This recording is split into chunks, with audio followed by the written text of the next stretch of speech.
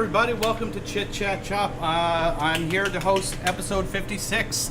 I'm Chef Andrew here for Kitchen Door, and we've got our special guest today, Liz Crocker from Woozles. Welcome, Liz. I'm so glad to be here. I can't wait to do this. This is great. Well, you sent all kinds of inspirational recipes to me, so we're going to do a few inspirations that I drew from those today. One being this really neat fruit and nut date bar kind of thing, so akin to a granola bar. Right. And then I decided to do a little fun twist on a chocolate pudding that we can also do. So I just want to get started on this. We'll get talking about Woozles in just a sec, but I just want to start off our chocolate pudding right away. Okay. So I'm just going to start off by warming up about 2.5 cups of milk while we talk here. All right. Now you guys are celebrating a big anniversary this year. We are having our 40th birthday a week Saturday, October 13th. Wow. So what kind of festivities are you having? Well, we always have a birthday party on that Saturday in October, but so the usual things are free fish pond, free face painting, cookies, balloons. This year, though, we also have special visitors. Curious George is coming, Clifford is coming, and a Calico Critter is coming. And we will have games like banana toss for Curious George and pin the tail on Eeyore and stuff like that.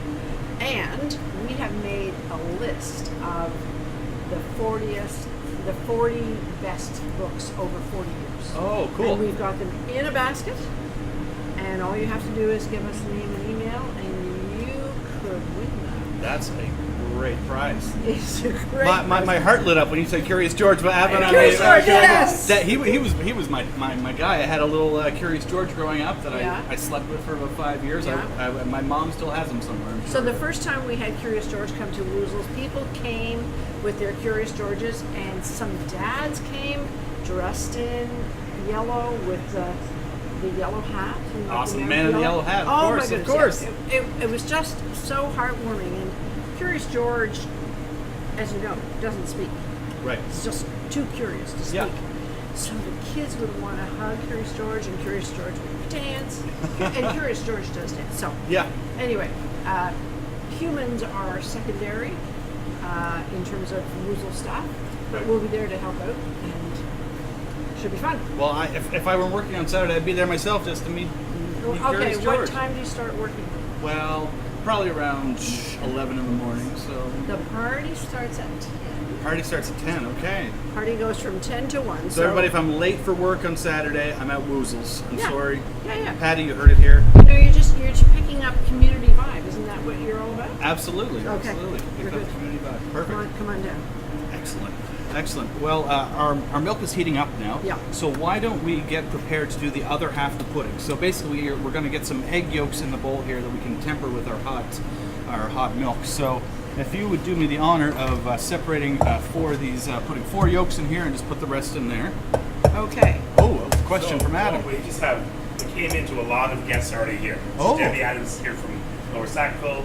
Amazing for people came. We have Louisa Garrett here from Texas. Ooh, From hello Texas. Patty is Woo-hoo! watching. Patty is actually under the weather. She's not feeling too well. So This will make her feel better, I'm sure. Yeah. Absolutely, yeah. And Louisa said she loves Curious George down in Texas. Oh, good. Well, you know what? Does she have time to get a ticket and come? Let's see, Louisa. Let's see.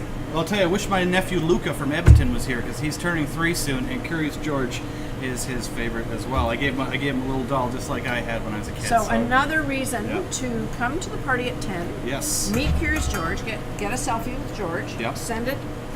You're good. Excellent. You will become a hero. Well, no matter how old you are, you want to be a hero, right? So that's perfect. Oh.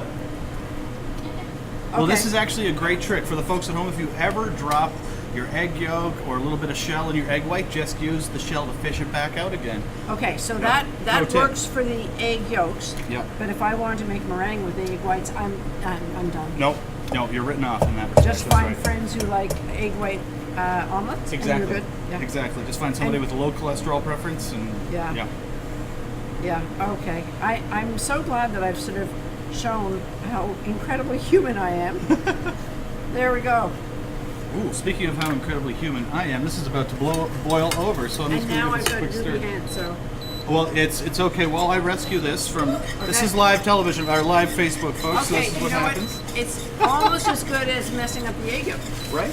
Well, this is why cooking is so much fun. I'm just going to grab a towel here underneath you. I feel like we're even now. Yep, I think so. We also have Charlotte from Moncton. We have Mia from Colorado, and my wife. Wow! Oh, hi, Sarah. Hi, everybody. We got quite a community on Facebook here. Don't you love the wonders of social media? Yes, Okay. great. Oh, look, so, we switched places. Yeah. So you've got over hot milk. I got extra hot milk here. You've got with the my pinch of egg sugar. yolks. We got your egg yolks. So I'm going to put just about. It's like half I'd a say cup. that's a half a cup of chocolate chips. So this will cool it down a little bit. And while I'm doing this, why don't we put the sifter right here? And what you can help me out with is I've got cornstarch and cocoa powder here. So if you could just sift those into the egg yolks. So I'm somebody, true confession, I often when a recipe says sift, I go, oh, why bother? So tell me why bother? Why bother in this case is I made a version of this earlier today that was lumpy. Oh, So this is through true experimentation. So this is the Liz Crocker reveal, right? Yeah, Lumps, right? Right? I used to make in the sewing class, when you put a sleeve in Mm-hmm. and suddenly there's an extra little thing, I go, that was meant to be part of the design. Right? Yeah, a perfectionist I am not. Well, that's quite all right. But these are perfectly sifted, so Look, so all of those would have been lumps. all of those would have been lumps. Who knew? Who knew? But I mean, chocolate pudding's good, lumps and all. So Okay. That's I all may the same. change my ways, I may not. So anyway, our chocolate and our milk is all melted here. So if you wouldn't mind whisking this around, I'll just add another half cup of milk to this, and then we're going to. Oops. Oh, so we're just going to make a little slurry of this all here, and then we'll add in our hot milk and chocolate. Basically, so the eggs don't scramble, the yolks don't scramble as soon as we add in the. So if somebody hot were milk here. watching and say, well, why did you bother heating up the milk and adding the chocolate? Why you can't just go to the store and get chocolate milk and start with that? Well, you totally could. This is, I guess, the more scratch method to do it. Honestly, you could, buy one of those little packets and make it up with your own, with almond milk or coconut milk or Yes. any other specialty kind of milk. So dairy is definitely not critical to this. And I'm really glad you mentioned that because Mm-hmm. we have lots of people coming into Woozles who want to know, we have cookbooks and they Yep. want to know, okay, can't take peanuts to school Right. and my kid's lactose free or gluten free. So it's great that And- you're able to say that there are options. And well, there's so many ways that as long as you afford yourself a little bit of flexibility, you can improvise around a recipe. I see a recipe as sort of a guideline a lot of the times. Right. You can, if you have a dietary preference or you want to avoid a certain food, there's definitely ways to tiptoe around it. And I actually really enjoy trying to come up with strategies for that. Right. It's definitely fun. So. If you want to Keep just whisking. keep whisking this, and I'll add in our My hot work milk is and not chocolate done. situation. No, not on Chit Chat Chop. This is a half an hour It's intensive. like, chit, Yeah. forget the chat, Yeah. chop, yep. Yeah, and there will be some chopping later. I I was promise. just going to say, you're not saying whisk. That would be a lousy title. That'd be a Chit Chat. whiskey show. Be very bad. So you mentioned how you build community on how social media is about building community. Yeah. You're 40 years into Woozles, and I know, I'm not from here, but I've met many people from here that Woozles is like a generational thing where parents bring their kids and so on. Was there a conscious effort to make that happen? Like, what is the thing that makes Woozles Woozles? The show's only half an hour long, so You have 10 seconds. but it's so interesting, even in the name of Woozles, when we created it, we didn't call it a children's bookstore. It's Woozles, and then the subline is a place for and about children. And we knew we needed to be a store for that business model, but we wanted to be more than a store. We wanted it to be a place where, for and about children, where anybody who was a child, who cared about a child, could come. And our bulletin board was always well placed so people could see, where to find a doctor and where to go to a daycare. And we, from the very beginning, we opened in October '78. Our first newsletter was handwritten with purple Gestetner sheets, so people have to be a certain age to even understand what I'm talking about. We didn't have a cash register for 8 years, but the thing, back to community, is we started running workshops for kids, for parents of kids, and because at that time in the city, there really weren't places for kids to have activities. And that was bringing together the community. So I can't even remember what your question was, except, how do we... How did you build such a strong community that people love Woozles? Yeah, so, as I said, it is a business. We have to sustain as a business, but was never the primary objective. The three of us who were the founders was myself and my husband and another woman, and we just had a passion for children and children's literature and the city of Halifax, to be honest. And there was no children's bookstore at the time, so we just thought, let's do it. You go to MBA school to learn how to do a market survey. Mm-hmm. I'm here to tell you it was market survey of one. I couldn't get books for my daughter who had just been born. And I thought, there has to be more me's out there. And it's a good idea, so let's just do it. And 40 years on, it was a pretty good idea. Yeah. But yeah, we wanted it always to be more than a store, and we wanted to have fun, and we wanted to promote literature. And some of the situations in Woozles that warmed my heart the most, we have a big comfy chair at the back of the store, which, to be honest, was when my husband and I were first married, we bought at the Salvation Army. And so the chair is actually older than Woozles. It's probably about 50 years old. And I love seeing, let's use a sort of perfect picture. A granddad sitting at the back with a little baby in his lap, reading a story, and sometimes that can have a variation of the granddad's actually fallen asleep, and the kid is there reading. But it just feels like a place where everybody can come in and feel safe and easy, and the kids are never told not to touch anything.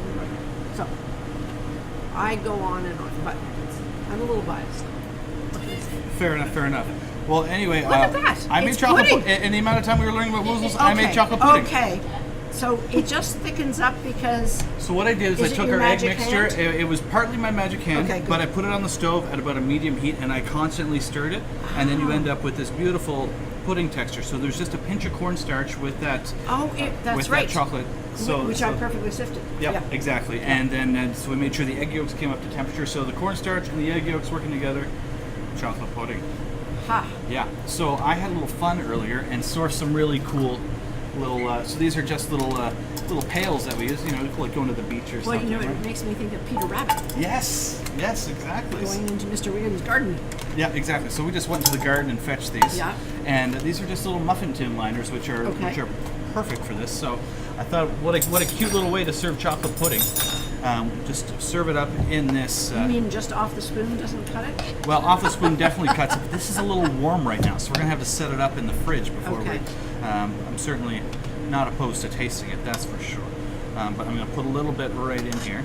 And then I have some magically that I prepared earlier that are nice and cool that we can taste. So that's also pretty critical. But something really fun I made, we don't really have time to get into today because it's a little bit of a process, but I made some chocolate dirt. So we're going to basically fill our bucket with dirt right here. So I'll just show everybody at home.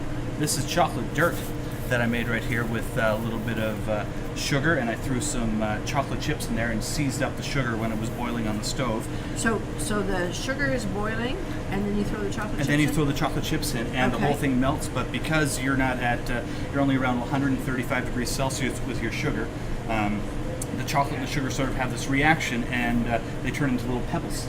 Right. So I also jazzed it up with a little bit of peanut and banana chips. So it's another vehicle. If somebody was allergic to peanuts, could you use another? You could use another nut. You could omit them entirely, Right. or you could go in the direction of seeds, like a pumpkin seed or Right. a sesame seed. Things that anything aren't like nuts. that. And I think often people don't understand that nuts and seeds are actually different, right? Totally.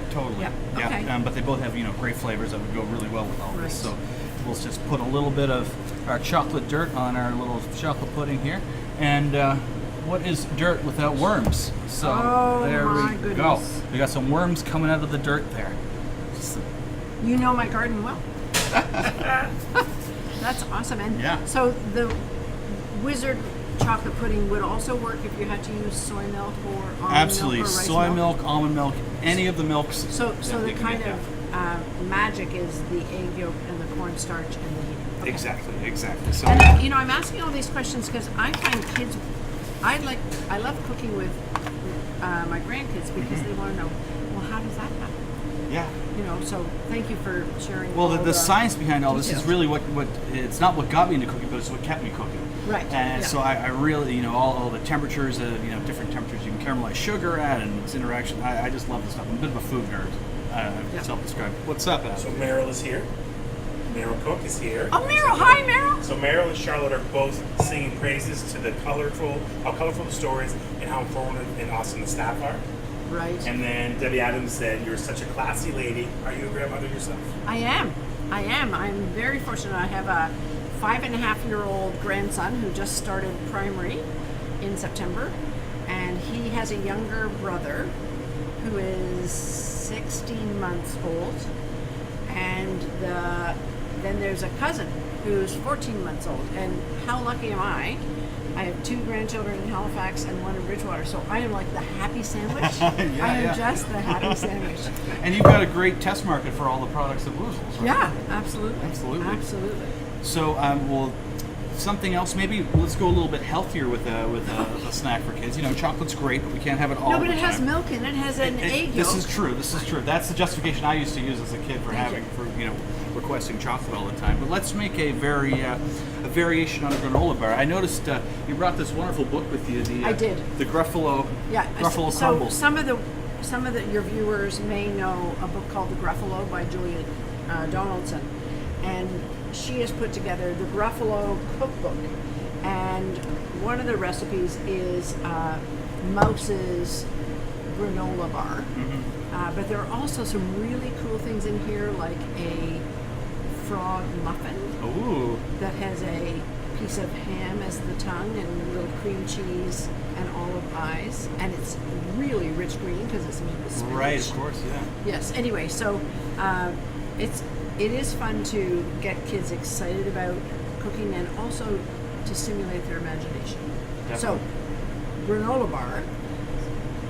Kids are often looking for snacks, and I'm totally into this now because my daughter and son-in-law are going, ha, lunch, ha, recess, Right. ha. You can kind of go overboard with sugary things. Yes. Not that a granola bar probably doesn't have sugar, but you can modify it, can't you? Yeah, you can modify it. You can manage the amount of sugar, and if you're making Right. it yourself, you know exactly what's going on. Exactly. Yeah. Yeah. So in this case, I've got a mix of dried fruits here. So I've got figs, some apricots, dried cranberries, and and some raisins. I just pulsed them in a food processor until they became like a little bit crumbly. But you have a lot of natural sugar in this, so Oh my goodness, yes. yeah. So you don't need to add a whole lot. So I've actually in the recipe there's just 5 tablespoons of honey is the remainder of the sugar. Right. For the whole. And thing. somebody in my family is allergic to honey, so I switch with either maple syrup or agave. Agave is great, and so is maple syrup. Absolutely. I find agave is sweeter than honey. Yeah, you wouldn't have to use quite as much. Okay. Yeah. Anyway, sorry, I Oh interject, no, but it's fine. it's all about that, and that's somebody once said, if you want to eat healthy, buy ingredients, not food. Yes. So this is about buying ingredients. Absolutely, and like I one of the things I try to do at home, not as good as it as I want to be, is having a well-stocked pantry, which gives you options Right. as you go along. Yeah, awesome. So anyway, I'm just going to add in our figs and our cranberries and everything right here. Okay. And then you can add, so we were talking about nuts, and Yes. some people have sensitivities to them, and sometimes Right. it's particular nuts. In this case, I've got some nice pistachios, Whoa. which are my favorite. That's a lot of work to de-shell those. It is. Do you have a gnome who works? I've got a kitchen gnome that's Yeah. very good to me. So Very yeah, so I'll just put the pistachios right in there. Yeah. And then also some seeds. So I've Seeds, got perfect. seeds. Yes. So I've got pumpkin seeds. I've got some sunflower seeds and sesame seeds, all different sizes. So it's good. A lot of nice texture and a lot of nice fiber in there. I'm so glad I'm here today because I'm going to get to taste this. Oh, absolutely, absolutely. They don't call it Chit Chat Chop Taste, but you do. That's Chit Chat Chop Chew. That's what. Chit There Chat we Chop go. Chew. Chit Chat Chop Chew. That's a tongue twister right there. And then we've also got some oats here. Right. Now these are specifically gluten-free oats. Here at Kitchen Door, we buy in gluten-free oats Right. specifically. That way we know Yes. that our recipes going out. You know, Perfect. we can guarantee if the oats in there, they're gluten free. Yeah. Because that's definitely a concern these days. Yeah. So yeah, just putting 1 cup of oats in there, and then to bind it all. Actually, if you wouldn't mind stirring this around I had a for feeling while. there was something I could do Yeah, here. there we go. Perfect. And those dried fruits need a little bit of a mash. So Patty's watching. She says Kathleen, her daughter, that's her favorite book, and she can recite the everything. The about Gruffalo? everything Oh, by cool. heart. Here's a little random factoid for people of Nova Scotia, particularly in the Valley. Somebody else who can recite the Gruffalo without having the book anywhere near is our Member of Parliament, Scott Bryson. Oh. He and his husband have twins, and so somehow Scott discovered the Gruffalo, and I think he likes it even more than the twins. So if you ever run into him, say, Scott, I heard about you in the Gruffalo, and he will start. There will be no stopping. Anyway, I'm glad that your daughter likes the Gruffalo. And Ted's also asking, how are your computers?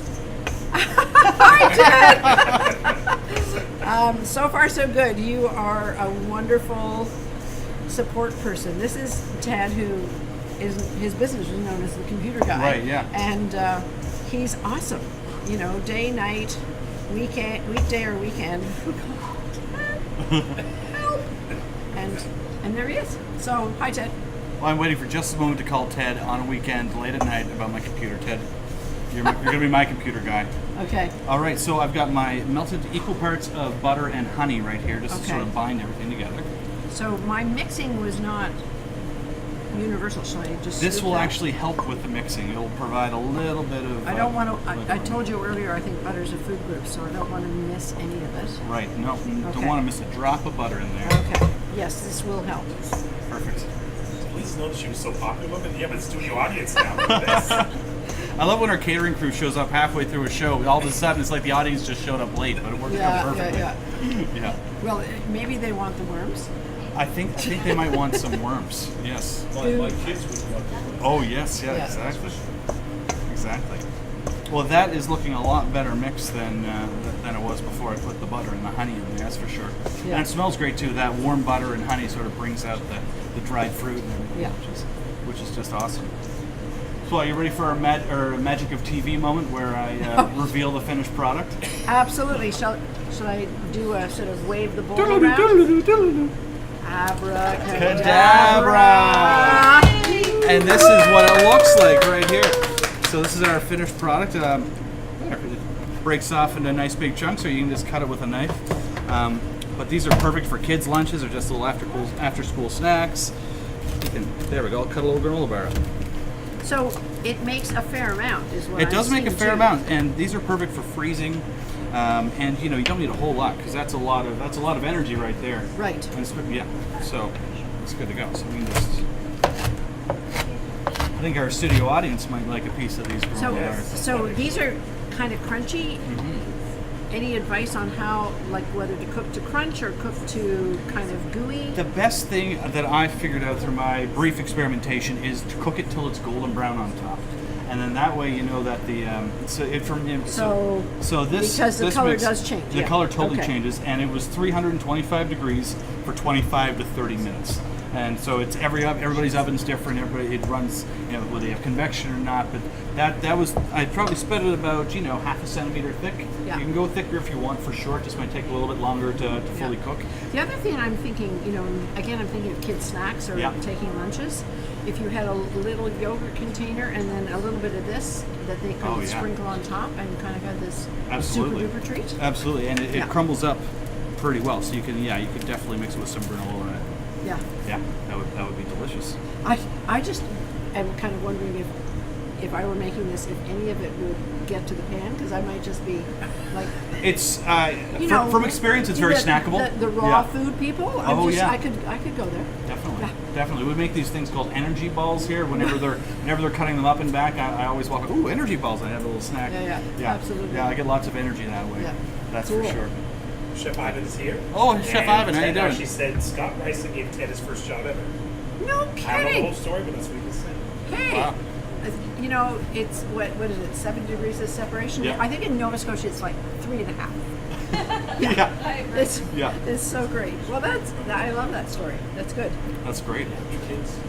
Yeah. So we have we did chocolate pudding. We did chocolate pudding We did with dirt. worms and dirt, and we've got our granola bars here with all kinds of opportunities for improvisation depending on your kids' preferences and whatever they And we've want to shown that you can boil the milk over and it still works. Yep. And I you just can- want to show people to be comfortable with their mistakes. That's very important thing in the kitchen. Don't be afraid to make mistakes or make a mess. They say that perfect is the enemy of the good, right?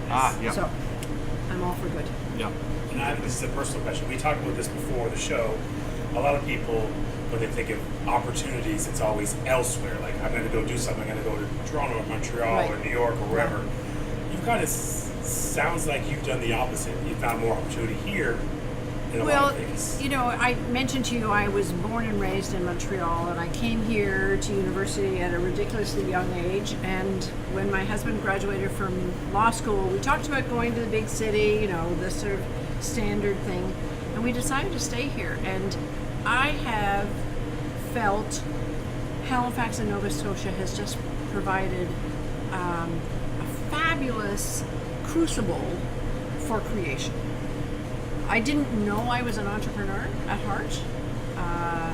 Maybe it was playing Monopoly in my youth or whatever. I started, my first career was as a school teacher, and then I moved on to set up a integrated planned education program at Children's Hospital. But my entrepreneurial thing was driven by needing to buy books for my daughter, and it was relatively easy. And you and I were talking earlier about starting the Discovery Center, and there's a wonderful story about how we got that off the ground. And it was many, many years ago. Dr. Richard Goldblum and I, we would always talk about great ideas, and we went to see the mayor, Ron Wallace, and he said, well, I'll get you started. Here's a check for $200. And that was enough to get us started. We had our first exhibit on University Avenue, a distorted house and a wave machine. So I do think that Nova Scotia, it's the best small big city going. We're the largest in east of Montreal. We have 6 universities, highest concentration of people with PhDs here. And I'm not saying that people don't take themselves seriously here, they do, but there's also a kind of, sure, a bit of a, sure, why not? Yeah. And certainly I have found that. And I guess also entrepreneurs out there would recognize this. When you start a venture, you have a dream. You have to put a little bit of money behind the dream. And if your dream turns into a nightmare, you have to know that you're willing to lose all that money.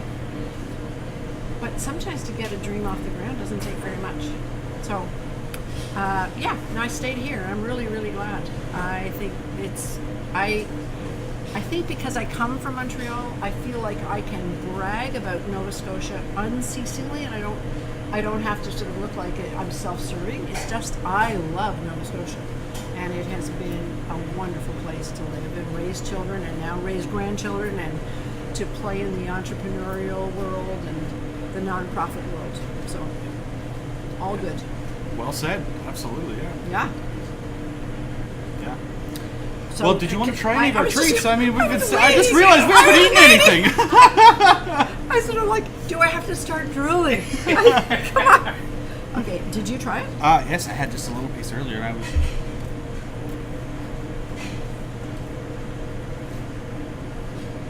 It's good, and it's got a significant chew factor. Yeah. Which is Like- good. It gives you satisfaction when you're working on it. I think there's something Well, primal about I having know to. I see kids literally wolf down food that isn't great for them. Yep. You can't wolf this down. You have to chew Right. and kind of masticate to get those seeds talking to the. Yeah, no, it's good. I will try this with my sample of Campbell, who's 5.5, and all his friends, and see what he says. Oh, wonderful. Yeah, that's a perfect test group. And is everybody who's watching going to be making these? I hope so. they Ted, know Patty, how? Texas, what are you saying? Let's make some granola bars. Do you post the recipes so people, or do they have to just go? Oh no, some of A that. lot of the time, some of I that. presume people are taking notes at home, but I think we can definitely post some recipes online. Okay. It's definitely a thing. Well, this one is in the Gruffalo. Oh, yes. So that's in the Gruffalo cookbook, available at Woozles. Mm-hmm. Yes. How about the chocolate pudding? Want to have a little taste of that with some of that dirt? Mm-hmm. All right. We got some spoons sitting here. And for people watching, not to be sort of shamelessly promotional, but we do serve customers all over the world. So Texas or Denver, come on down. Come on down. No problem. Have you tried this? I have. And And I was quite happy. do you think that chocolate pudding is enhanced by dirt? I think a little texture never hurts anything. I mean, you get the smoothness of the pudding, but then you've got that.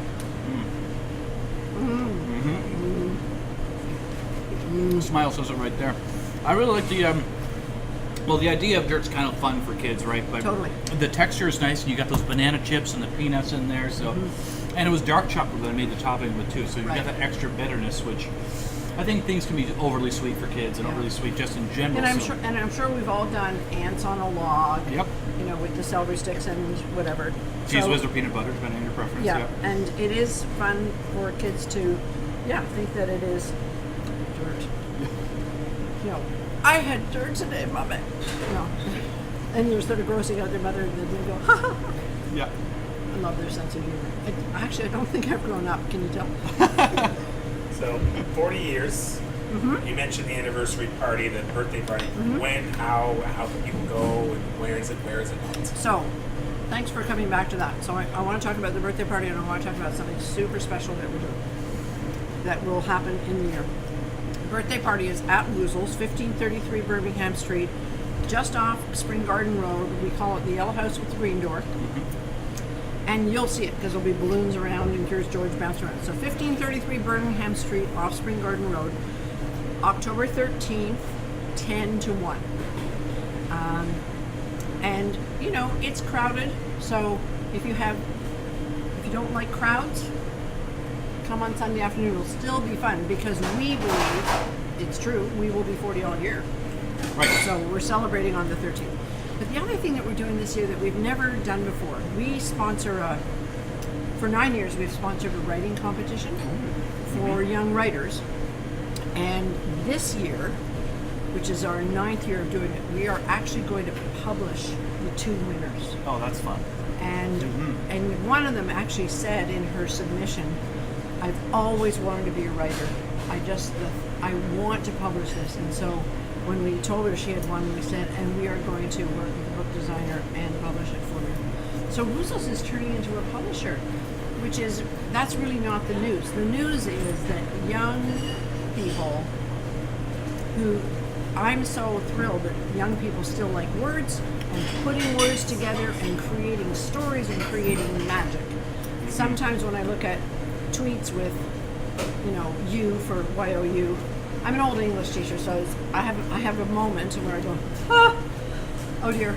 I have to go after my dad. My dad is 70 years old, and he thinks, sorry, Dad, if you're watching, but I've told you this before. You type out YOU. You're not saving 3 seconds every time you type U, Yeah, sorry. Anyway, rant. so we're really excited that we have this vehicle to support young writers. And I think, if we're publishing them, we'll probably try to continue to do that. And so people will feel like winning the Woozles Rights competition is a big deal, and I get to be a published author. And, I've written some books myself, and it's so exciting to have taken literally a glimmer of an idea and then turn it into something and then put it on paper and then work with a publisher, and then there's a book. I don't think I will ever not be impressed with that magic. Right. And the power of that. And I'm a paper book reader, by the way, not an electronic reader. Probably like everybody who's watching. I mean, there's so much electronics in my life. I don't want to curl up with my computer. I want to curl up with books. So anyway, we're really excited about that. It's a special part of being 40.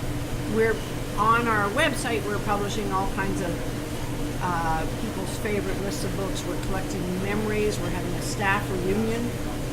because we're in touch with really all the staff that have worked with us over the 40 years, and you know, it's Woozles. Working at Woozles is a quote-unquote retail job, Right.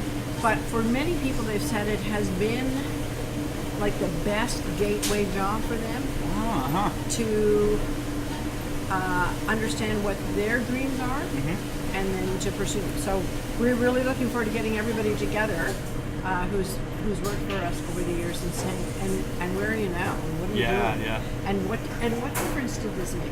I mean, it's a self-serving question, but why not ask? Well, you almost need a Woozles yearbook for everybody that's ever. There's an idea. That's not a bad idea. Oh. Yeah. Let me actually, you have a question. So your love of books and words didn't start, it started young. So was there, as Jill Leon just asked this question, what was your favorite book as a child?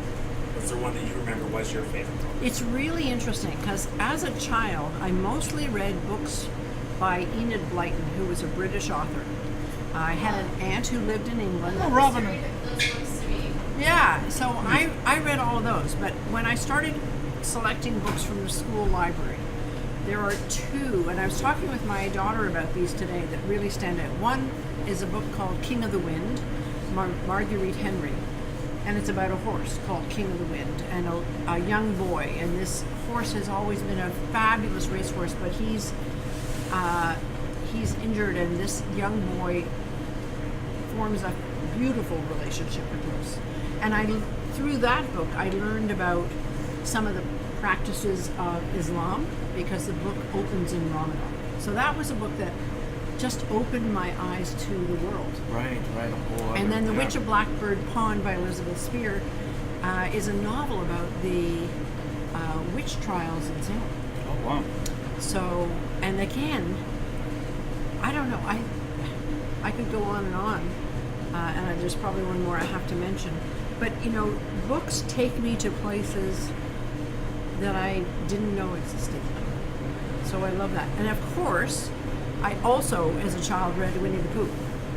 And if people do not know where the name Woozles comes from, that means maybe they haven't read or haven't remembered the little story, Pooh and Piglet Go Hunting and Nearly Catch a Woozle. So here's the day. Oh, yeah. So Pooh's out walking, Right. and Piglet comes on and says, "What are you doing, Pooh? What are you doing?" I'm looking for a Woozle. Really? Can I come? Can I come? And so the two of them start going, and suddenly Piglet says, "Oh, there's two of them. There's two of them." And then they keep walking. Oh my God, Pooh, there's four. Oh, there's four. Anyway, of course, they're following their own footsteps around the bush. So nobody's ever seen a Woozle. And when we were picking the name for the store, my 1-year-old daughter had this little book version of this, which she would sit in the back seat, holding it upside down, reading it enthusiastically.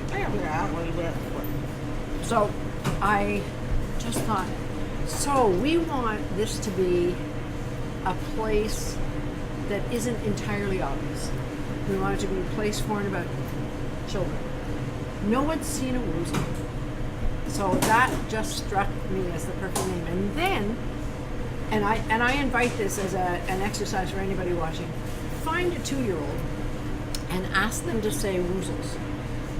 What they do with their mouth and how it comes out is just completely delightful. So yeah, I mean, you asked me a simple question and then 8 hours later I was still talking. Sorry.